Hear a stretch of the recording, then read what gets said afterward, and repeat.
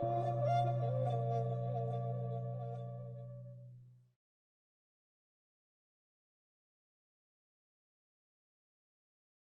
students, we are going to take up a new lesson on tournament and team management.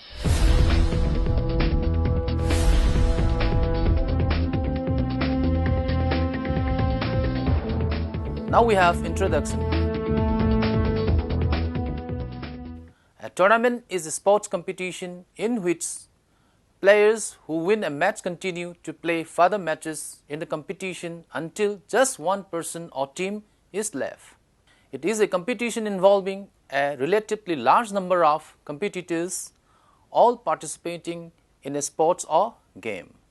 More specifically, the term may be used in either of two overlapping senses: one or more competition held at a single venue and concentrated into a relatively short time interval. A competition involving multiple matches, it's involving a subset of the competitors, with the overall tournament winners determined based on the combined results of these individual matches.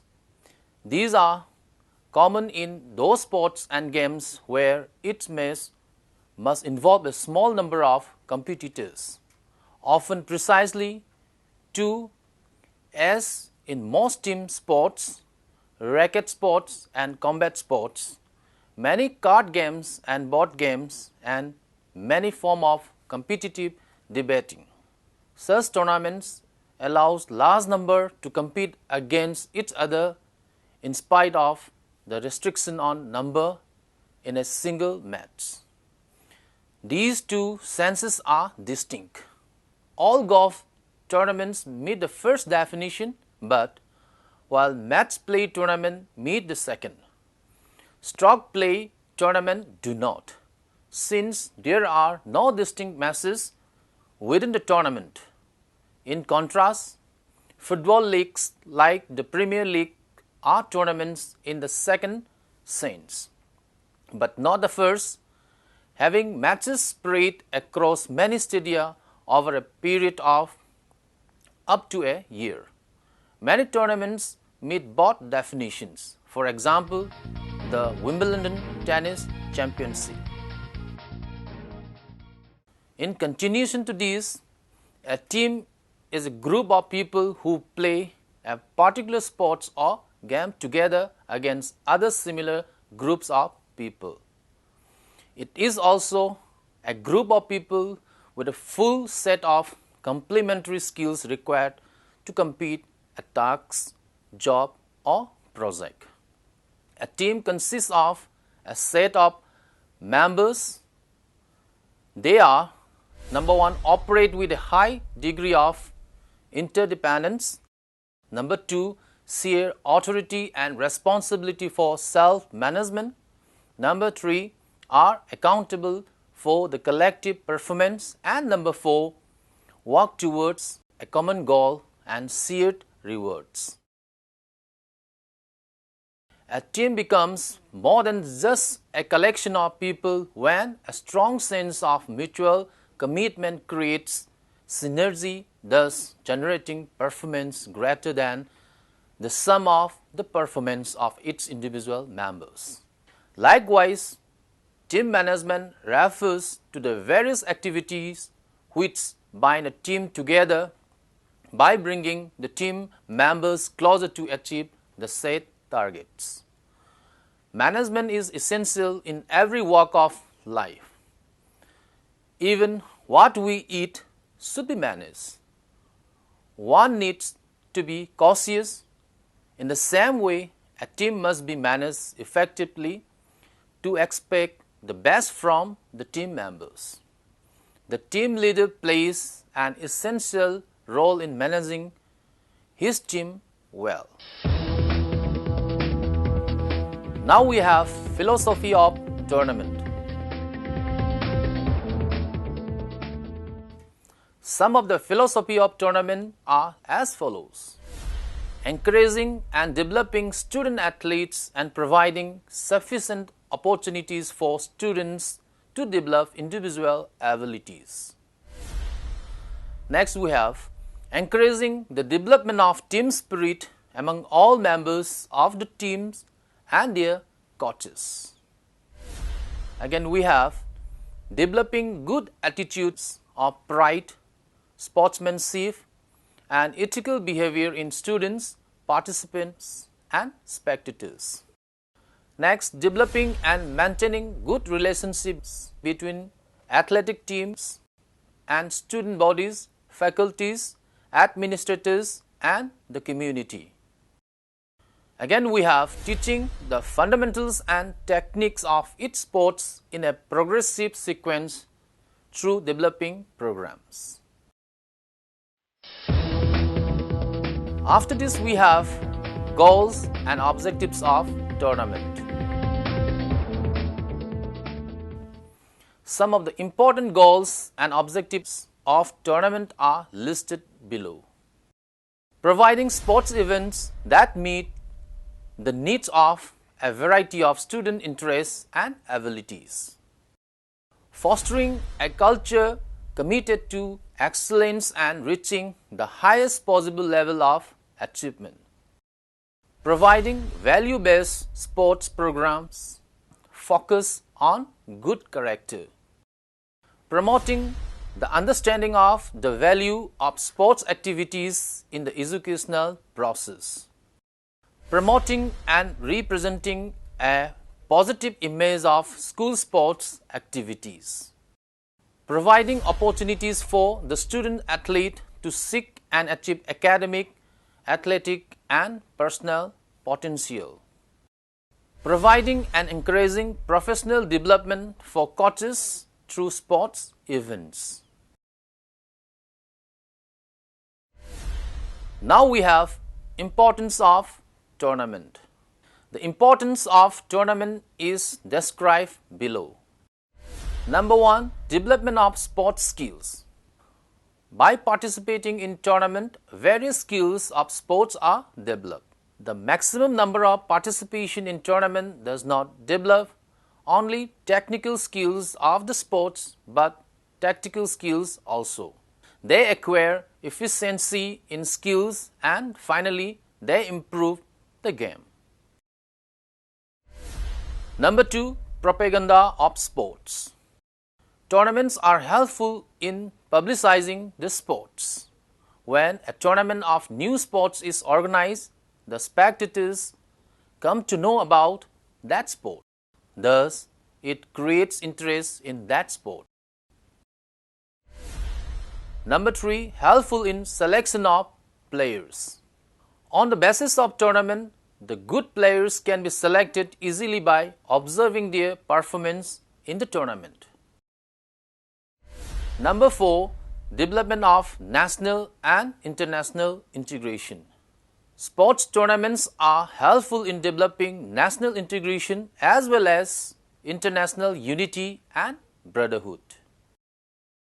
Number 5, development of social qualities.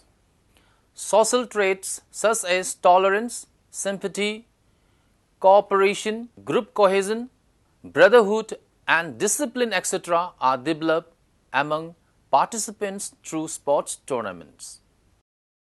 Number 6, source of recreation. Sports tournament provided ample recreation to the spectators. So, tournament is a good source of recreation. Now we have common characteristics of effective teams. Some of the common characteristics of effective teams are as follows. Number 1, the purpose, mission, or main objective is known and understood by all team members. Number 2, communication in the team is open, direct, and honest. Number 3, sufficient leadership is available in the team. Number 4, there is a regular review of how well the team is performing towards achieving its purpose. Number 5, there is an agreed organizational structure to the team. Number 6, adequate resources are available to permit the team to perform its function, including skills, tools, facilities and budgets. Number 7. Synergy exists, so the team performs in a way that is greater than the sum of its parts. Now we have different types of team models. There are various types of teams, but in this chapter we are going to summarize in the following manner. Number 1. The traditional model. This is a group of people with a traditional boss. The boss also shares some of his or her responsibility as well as authority. How much is being shared by the boss is usually dependent on the issues under consideration. Number 2. The team spirit model. This is a group of people who are working for one boss. The team members are very happy and everything seems to be going well. There is always team spirit in members of the team. Number 3. The cutting edge model. This is a group of people who are managing themselves. There is no single person in this group who has the authority to make any such decisions about the events which will impact the whole group. Number 4. The task force model. This refers to a group that comes together for a specific time only. This is because it has to work on a special project or a task. Number 5. The cyber team. In such a team model, members see one another rarely or even not at all.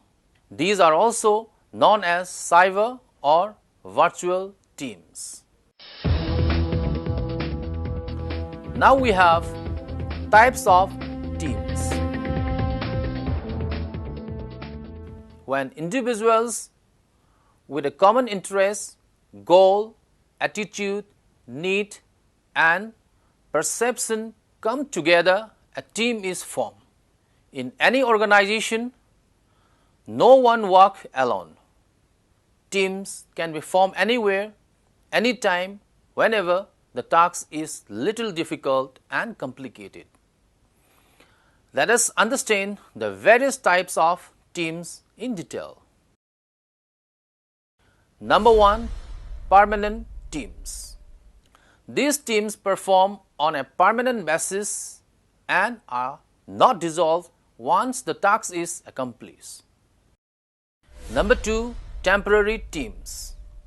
Unlike permanent teams, temporary teams lose their importance once the task is accomplished. Number 3. Task force. Such teams are formed for a special purpose of working on any specific project or finding a solution to a very critical problem. Number 4. Committee.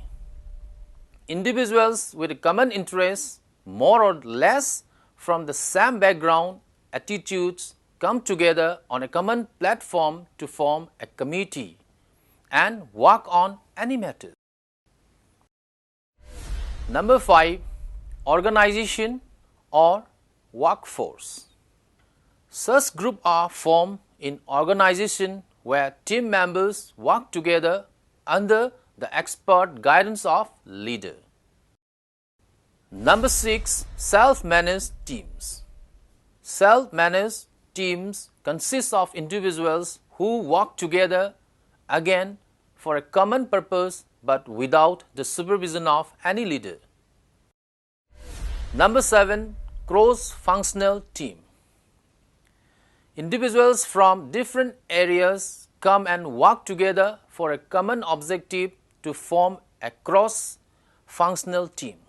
In such teams, people from different areas, interests and likings join hands to come out with unique ideas of successfully complete a task.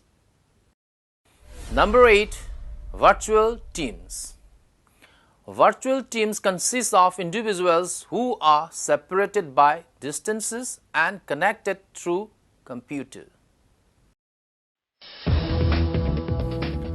Now we have effective team management skills. Some skills of effective team management are listed below. Ensure that each and every team member willingly participates in team discussions. Every team member should get the same information and should have an easy access to the superiors in case of any query. The team members must not pass on any information to anyone outside the team. The team members must be motivated on a regular basis. Loose talks, blame games, dirty politics should find no place in the team. Now we have conclusion.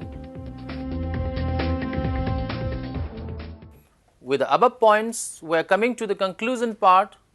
Tournament is that series of sports competition in which a team finally wins and rest of the teams lost the matches.